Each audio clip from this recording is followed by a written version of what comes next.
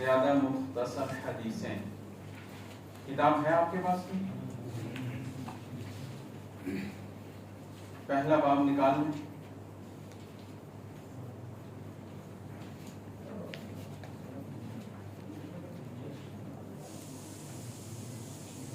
اب انشاءاللہ اسی بک کو سامنے رکھ کر ہم حدیثیں پڑھیں گے اور اس بک کے اندر مختصر احادیث ہیں اور کوشش کریں گے کہ انشاءاللہ یہ ساری احادیث اور یہ پورا مجموعہ ہم زبانی یاد کر لیں. بہت ہی مختصر حدیثیں ہیں اور 40 احادیث کی فضیلت بھی ہے. اس لیے کوشش یہ کریں کہ یہ مجموعہ آپ زبانی یاد کر لیں, ازبر یاد کر لیں. مختصر احادیث اور ان احادیث کی مختصر تشریح یعنی مختصر مطلب, اس پہ ہم غور کریں گے. تو پہلا باب زیادہ مختصر حدیثیں اور پھر آگے دوسرا باب آئے گا جس میں کچھ زیادہ حدیث ہوگی, مختصر سے کچھ لمبی ہوگی حدیث. سب سے پہلی حدیث ہے سم اللہ, بسم اللہ پڑھو. سم اللہ, بسم اللہ پڑھو. دوسری حدیث ہے الدین النصیحہ, دین خیر خواہی کا نام ہے. دین خیر خواہی کا نام ہے. لا تغضب, غصہ مت کرو. لا تزنو, زنا مت کرو. لا تسرقو, چوری مت کرو. الصلاۃ نور, نماز نور ہے. الصوم جنۃ, روزہ ڈھال ہے. العین حق, نظر کا لگنا حق ہے. العدۃ دین, وعدہ قرض ہے. زن ورجح, تولو اور جھکا کر تولو. یہ 10 حدیثیں پورے ہفتے کے لیے ہیں.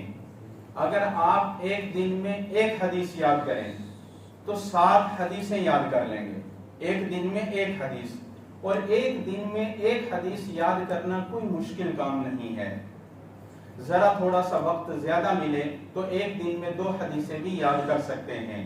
اور ان احادیث کا فائدہ آپ کو اسی وقت ملے گا جبکہ آپ ان کو زبانی یاد کریں.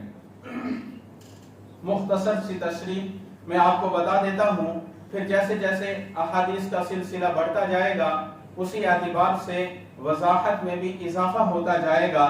سم اللہ, بسم اللہ پڑھو. آپ آج سے ہر کام کرنے سے پہلے بسم اللہ پڑھنے کا معمول بنا لیں. جو بھی کام کریں اس سے پہلے بسم اللہ کا ورد ضرور کریں. کھانا کھائیں, سوئیں, اسی طریقے سے دیگر ضروریات کو پورا کرنے سے پہلے بسم اللہ پڑھیں. اور جب یہ آپ کا معمول بن جائے گا تو اس کے حیران کن نتائج آپ کے سامنے ہوں گے. اور ایک جگہ نبی کریم صلی اللہ علیہ وسلم کا ارشاد ہے کہ جس نے کام کے آغاز میں بسم اللہ پڑھا, یعنی بسم اللہ سے کام کو شروع کیا, تو اللہ تبارک و تعالی اس کام کو پائے تکمیل تک بھی پہنچائے گا اور اس میں برکت بھی ڈالے گا. تو گویا کہ ہم کھانا کھائیں, کھانے سے پہلے بسم اللہ پڑھیں تو اللہ تعالی اس میں برکت بھی ڈالے گا اور اس کھانے سے جو نتیجہ مرتب ہوگا اللہ تبارک و تعالی اس میں بھی برکت ڈالے گا. یعنی وہ کھانا ہمارے لیے نفع مند اور فائدہ مند ثابت ہوگا. اسی طریقے سے جو بھی کام کریں اس سے پہلے بسم اللہ پڑھ لیں. اور ایک اور وظیفہ بسم اللہ پڑھنے کا ذہن نشین کر لیں کہ اگر آپ کے سامنے کوئی مشکل کام ہے جو آپ کو مشکل لگ رہا ہے اور آپ کو یوں لگ رہا ہے کہ یہ کام انتہائی مشکل ہے, اس کو میں انجام نہیں دے سکتا, آپ اس سے پہلے بسم اللہ پڑھ لیں اور پھر دیکھیں وہ کام کتنا آسان ہو جائے گا. میں نے اس کے اثرات کو بذات خود دیکھا ہے کہ میرے لیے بہت سارے مشکل کام تھے, لیکن جب میں بسم اللہ سے شروع کرتا تو اللہ تبارک و تعالی ان کاموں کو آسان کر دیتا. الدین النصیحہ, دین خیر خواہی کا نام ہے. نبی کریم صلی اللہ علیہ وسلم نے ارشاد فرمایا حضرت جریر بن عبداللہ رضی اللہ تعالیٰ عنہ ایک صحابی ہے اور نبی کریم صلی اللہ علیہ وسلم کے انتہائی قریبی صحابی ہیں۔ ایک مرتبہ آپ صلی اللہ علیہ وسلم کی خدمت میں تشریف لائے تو آپ صلی اللہ علیہ وسلم نے ان کو بیٹھنے کے لیے اپنی چادر عنایت فرمائی، اور ایک روایت میں ہے کہ ان کو تکیہ عنایت فرمایا، اور آپ صلی اللہ علیہ وسلم نے صحابہ کرام کو مخاطب کر کے ارشاد فرمایا کہ جب کسی قوم کا سردار تمہارے پاس آئے تو اکرمو، اس کا اکرام کرو، اس کا اعزاز کرو، اس کو وہ مرتبہ دو جس مرتبے کے وہ لائق ہے۔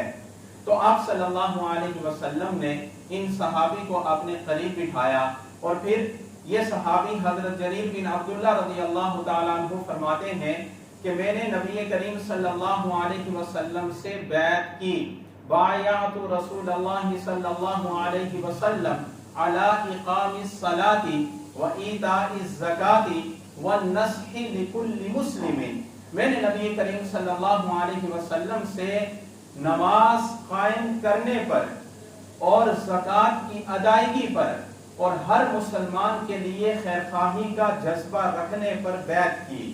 میں نے آپ صلی اللہ علیہ وسلم سے اس بات پر بیعت کی کہ میں ہمیشہ پابندی کے ساتھ نماز پڑھوں گا اور ہمیشہ زکوٰۃ ادا کروں گا اور ہر مسلمان کے ساتھ خیرخواہی کا جذبہ لے کر کام کروں گا۔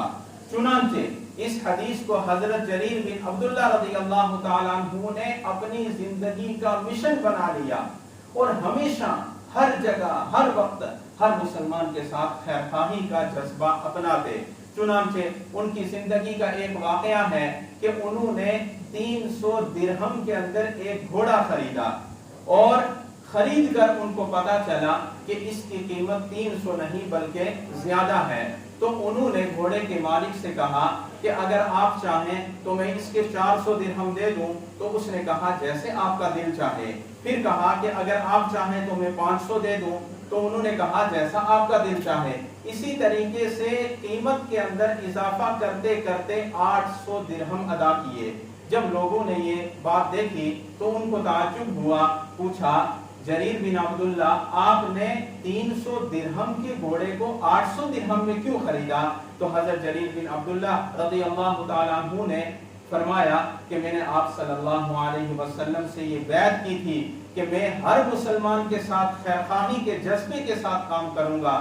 چنانچہ اس گھوڑے کی قیمت 300 نہیں تھی بلکہ 800 درہم تھی، اور نبی کریم صلی اللہ علیہ وسلم کی بیعت اور آپ صلی اللہ علیہ وسلم کا امتی ہونے کے ناطے میرے اوپر یہ فرض تھا کہ میں اس کے ساتھ خیرخواہی کروں۔ چنانچہ اسی خیرخواہی کے جذبے کے ساتھ ہمیشہ وہ کام کرتے رہے اور نبی کریم صلی اللہ علیہ وسلم کی تعلیمات کو دوسروں تک پہنچاتے رہے۔ تو آپ صلی اللہ علیہ وسلم سے بیعت کرنے کا مقصد یہ ہے کہ ہر آدمی کے ساتھ خیرخواہی کے جذبے کے ساتھ کام کیا جائے، اور دین ہے ہی خیرخواہی کا کام، اخلاق کا نام اور محبت اور اخوت کا نام، اور جتنی محبت اور اخوت ہمارے اندر ہوگی، جتنا دوسروں کے تئیں خیرخواہی کا جذبہ ہمارے اندر بیدار ہوگا، اتنا ہی دین زیادہ پھیلے گا اور اتنا ہی نبی کریم صلی اللہ علیہ وسلم کا یہ پیغام دوسروں تک پہنچے گا۔ الدین النصیحہ، دین خیرخواہی کا نام ہے، گویا کہ جس نے دین کو اپنا لیا وہ دوسروں کے لیے ہمیشہ خیرخواہ بن گیا۔ لا تغضب، غصہ مت کرو۔ اب طبی طور پر آپ حضرات اچھی طریقے سے جانتے ہیں کہ غصے کے کتنے منفی اثرات مرتب ہوتے ہیں۔ بعض میڈیکل تحقیق کے مطابق غصہ انسان کے دماغ کو معاف کر دیتا ہے، اور غصے کی وجہ سے بی پی ہائی ہو جاتا ہے اور خون کا دورانیہ یہ رک جاتا ہے، اور اس رکنے کی وجہ سے ہارٹ اٹیک بھی ہو سکتا ہے۔ تو غصے کے طبی طور پر بھی نقصانات ہیں اور غصے کے دینی طور پر بھی نقصانات ہیں کہ جب آدمی غصہ کرتا ہے تو وہ اپنی عقل کو کھو بیٹھتا ہے، اور جب اس کا دماغی توازن برقرار نہیں رہتا تو پھر وہ سگریٹ نوشی، تمباکو، ڈرگس اور طرح طرح کی لعنتوں کے اندر مبتلا ہو جاتا ہے۔ تو اس لیے حتی الامکان غصے سے پرہیز کریں۔ ہاں، جائز بات پر غصہ آنا فطری بات ہے، جائز بات پر غصہ آنا فطری بات ہے، اور غصہ آنا بھی چاہیے۔ اگر کسی کو غصہ نہیں آ رہا ہے تو اس کا مطلب وہ بے حس ہے، جیسا کہ نبی کریم صلی اللہ علیہ وسلم کا فرمان ہے کہ تم میں سے کوئی آدمی اس وقت تک مومن نہیں ہو سکتا جب تک کہ میں اس کے لیے اس کی جان، اس کے مال، اس کی اولاد اور تمام لوگوں سے زیادہ محبوب نہ ہو جاؤں۔ تو اب اگر کوئی نبی کریم صلی اللہ علیہ وسلم کی ذات کو طعن و تشنیع کا نشانہ بنائے، کوئی نبی کریم صلی اللہ علیہ وسلم کی ذات پر کیچڑ اچھالے، کوئی قرآن کریم کی توہین کرے، کوئی آپ صلی اللہ علیہ وسلم کی ذات میں نازیبا الفاظ کا استعمال کرے اور پھر غصہ نہ آئے، تو اس کا مطلب کہ ہم بے حس ہو چکے ہیں، ہمارے اندر سے وہ دینی حس ختم ہو چکی ہے۔ ان باتوں پر غصہ آنا یہ فطری بات ہے اور غصہ آنا بھی چاہیے۔ ہاں، جن باتوں پر غصہ نہیں کرنا چاہیے ان باتوں پر آپ غصے کو کنٹرول کریں، اور جب آپ غصے کو کنٹرول کریں گے تو اس کے حیران کن فوائد آپ کے سامنے ہوں گے۔ آپ کی صحت بھی متاثر نہیں ہوگی اور آپ دماغی طور پر بھی ٹھیک رہیں گے۔ لا تزنوا، زنا مت کرو۔ آج کل آپ دیکھیں کہ مغربی تہذیب کو اس طریقے سے پروموٹ کیا جا رہا ہے اور اس طریقے سے غیر محسوس طریقے پر ہمارے گھروں کے اندر داخل کیا جا رہا ہے، بلکہ یوں کہہ لیں کہ ہمارے گھر کی دہلیز کو پار کر کے یہ مغربی تہذیب ہمارے اندر آ چکی ہے، اور اس تہذیب کا نتیجہ یہ ہے کہ زنا کو عام کر دیا جائے اور نکاح کو ختم کر دیا جائے۔ اب آپ دیکھیں کہ اسلامی تعلیمات کے مطابق نکاح یہ نبی کریم صلی اللہ علیہ وسلم کی سنت اور آپ صلی اللہ علیہ وسلم کا حکم ہے، تو اس حکم کو پس پشت ڈال کر اتنا مشکل بنایا جا رہا ہے، اتنا مشکل بنایا جا رہا ہے کہ عام آدمی کے لیے نکاح کرنا مشکل ہو گیا، اور زنا کو اتنا آسان کیا جا رہا ہے کہ کچھ ہی وقت کی بات ہے اور چند لمحوں کی بات ہے، اتنا آسان اور اتنا سہل بنا دیا ہے۔ تو نبی کریم صلی اللہ علیہ وسلم نے علامات قیامت کے اندر ایک بات یہ بھی ارشاد فرمائی کہ جب قرب قیامت کا وقت ہوگا تو زنا عام ہو جائے گا۔ اب آپ دیکھیں کہ کس طریقے سے یہ لعنت عام ہو چکی ہے۔ اب ہم نے آج ہی سے تہیہ کر لینا ہے کہ ہم اس لعنت کو ختم کریں گے اور نکاح کی سنت کو عام اور آسان کریں گے۔ لا تسرقوا، چوری مت کرو، چوری مت کرو۔ چوری کرنا یہ اسلام کے اندر انتہائی ناپسندیدہ عمل ہے، اور اس کی بہت ساری شکلیں ہیں جو اپنے مقام پر آپ کے سامنے آ جائیں گی۔ بہرحال آپ صلی اللہ علیہ وسلم کا ارشاد ہے چوری مت کرو۔ الصلاۃ نور، نماز نور ہے، نماز روشنی ہے، یعنی جو آدمی نماز قائم کرتا ہے، نماز پڑھتا ہے اور نماز پڑھنے کا اہتمام کرتا ہے، گویا کہ اس کے چہرے کے اوپر ایک طرح کی نورانیت ہے اور اس کا چہرہ بارونق اور پر نور ہو جاتا ہے۔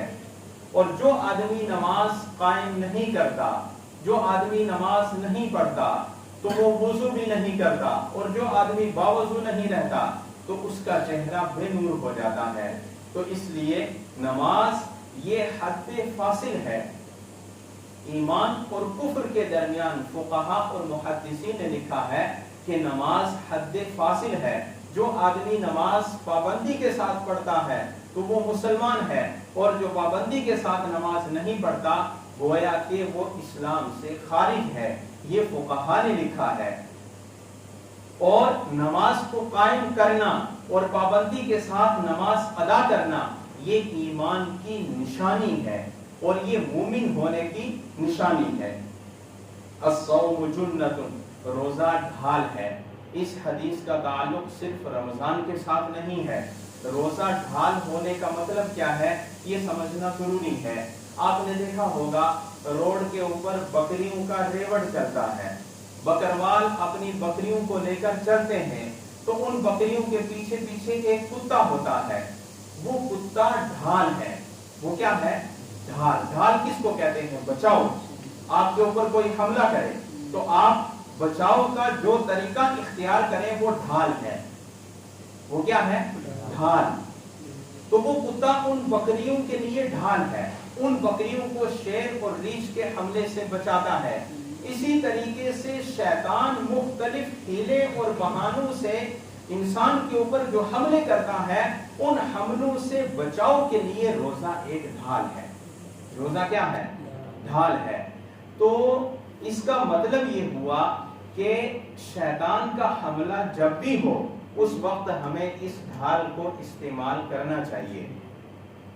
غیر رمضان کے اندر جب آپ روزے کا اہتمام کریں گے، مہینے کے 3 دن کے روزے، اور اگر 3 کے نہیں رکھ سکتے تو 2 دن، 2 بھی نہیں رکھ سکتے تو 1 دن کا روزہ رکھ لیں، اور پھر آپ اس روزے کا اثر دیکھیں کہ وہ کس طریقے سے شیطانی تدبیروں سے بچاؤ کے لیے ڈھال استعمال ہوتا ہے۔ نبی کریم صلی اللہ علیہ وسلم، آپ پر ہمارے ماں باپ قربان ہوں، آپ صلی اللہ علیہ وسلم نے ہمیں کتنی پیاری تعلیم دی۔ نبی کریم صلی اللہ علیہ وسلم نے ارشاد فرمایا اوتیت بجوامع الکلم، کہ مجھے اس طریقے کے کلمات عطا کیے گئے ہیں، مجھے اللہ تبارک و تعالی کی طرف سے اتنے مختصر کلمات عطا کیے گئے ہیں کہ اگر ان کلمات کی تشریح کی جائے، ان کی وضاحت کی جائے تو بہت بڑا کتابوں کا ذخیرہ جمع ہو سکتا ہے۔ گویا کہ آپ صلی اللہ علیہ وسلم کے اس ارشاد کے اندر سمندر کو کوزے کے اندر بند کر دیا ہے۔ الصلاۃ نور الصوم جنۃ، روزہ ڈھال ہے۔ صرف 2 لفظوں کی حدیث ہے، روزہ ڈھال ہے۔ اب اگر آپ اس کی وضاحت کریں، اس کی تشریح کریں تو ایک بہت بڑی کتاب تیار ہو سکتی ہے۔ یہ آپ صلی اللہ علیہ وسلم کی خصوصیت بھی ہے اور آپ صلی اللہ علیہ وسلم کا معجزہ بھی ہے کہ اللہ تبارک و تعالی نے آپ کو اتنے مختصر کلمات عطا فرمائے کہ جن کے اندر معانی کا ایک ذخیرہ موجود ہے۔ العین حق، نظر کا لگنا حق ہے، نظر بد کا لگنا برحق ہے۔ نظر بد یہ ایک بیماری ہے، اور یہ بیماری اس وقت لگتی ہے جبکہ کوئی کسی کو دیکھے اور دیکھ کر وہ ماشاءاللہ نہ کہے۔ ہم اپنے کسی مسلمان بھائی کو دیکھیں اور ہمیں اس کی کوئی بات اچھی لگے، ہمیں اس کی صحت اچھی لگے، ہمیں اس کی صورت اچھی لگے، ہمیں اس کی سیرت اچھی لگے، ہمیں اس کا مال اچھا لگے، ہمیں اس کی گاڑی اچھی لگے، اس کا گھر اچھا لگے، تو اس وقت ماشاءاللہ کہیں۔ اور حدیث کے اندر ہے کہ اگر ماشاءاللہ کہیں گے تو نظر نہیں لگے گی، اور اگر کسی کی نظر لگ جائے تو پھر نظر کا لگنا برحق ہے۔ تو جب نظر کا لگنا یہ حق اور سچ بات ہے تو محدثین نے اس کا علاج لکھا ہے کہ اگر کسی کو نظر بد لگ جائے تو وہ سورہ فاتحہ، آیت الکرسی اور سورہ قل اعوذ برب الفلق اور قل اعوذ برب الناس، ان کو کہتے ہیں معوذتین، یہ 2 صورتیں، ان کو پڑھ کر پانی کے اوپر دم کر کے اس کو پی بھی لیں، اور جس آدمی کو نظر لگی ہے اس کے اوپر چھڑک بھی دیں۔ اور حدیث کے اندر ایک اور دعا ہے نظر بد کی، اعوذ بکلمات اللہ التامات من کل شیطان وہامہ ومن کل عین لامہ۔ یہ دعا پڑھ لیں اور اس دعا کو پڑھ کر دم کر دیں تو اس سے بھی نظر بد کے اثرات جاتے رہیں گے۔ بہرحال نظر کا لگنا حق ہے، اگر کسی کو لگ جائے تو یہ وظیفہ اختیار کریں، اللہ تبارک و تعالی شفا دیں گے۔ العدۃ دین، وعدہ قرض ہے، وعدہ قرض ہے۔ جس طریقے سے کسی سے قرض لیا ہو تو اس قرض کی ادائیگی یہ فرض ہے، قرض کی ادائیگی فرض ہے، یعنی قرض کی ادائیگی ضروری ہے۔ تو اسی طریقے سے اگر کسی سے وعدہ کیا ہو تو اس وعدے کو نبھانا یہ نہ صرف ضروری ہے بلکہ ایک کامل ایمان والے کی نشانی ہے کہ وہ وعدے کو نبھانے والا ہوتا ہے، اور منافق کی نشانی ہے کہ وہ وعدے کی خلاف ورزی کرتا ہے، اور ایمان والے کی نشانی یہ ہے کہ وہ جب وعدہ کرتا ہے وفا، اذا وعد وفا، جب وعدہ کرتا ہے تو وعدے کو پورا کرتا ہے۔